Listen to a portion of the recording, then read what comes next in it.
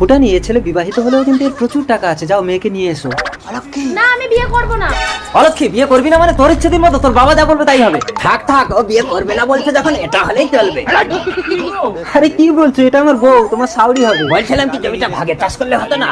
আরে আরে সাউরির করে বসে এদিকে এদিকে চেয়ে। আরে তুমি ব্যস্ত হচ্ছ কেন, আমার মেয়েই রাজি হয়ে যাবে। ফুটানি, যাও তো মেয়েকে নিয়ে এসো। আমি যাব না মা, আমি একটা ছেলেকে ভালোবাসি। তাহলে যে 5 লাখ টাকা ধার নিয়েছিলেন 5 দিনের মধ্যে দিয়ে দেবেন, চলি। আমার 14 গোষ্ঠীর বাপ তুই বলছো, আমি বলছি মেয়েকে। এই অলক্ষী, সরি, তোমার লাগলো? অলক্ষী চল, তুই এক্ষুনি এই ছেলেকে বিয়ে করবি। কিছু একটা করতে হবে, না লক্ষ্মীকে আমি পাবো না। না আমি অন্ধ ছেলেকে বিয়ে করব না। আমি অন্ধ না, আমি সব দেখতে পাই, দেখবে? रुको जरा। আমার নাম কাটালাইট, আমি সব দেখতে পাই। বাবা কাটালাই, তুমি আমার দিকে দেখছো কেন? আমার মুখটা আপনার দিকে ঘোরানো, কিন্তু হেডলাইটটা অন্যদিকে বাঁকানো।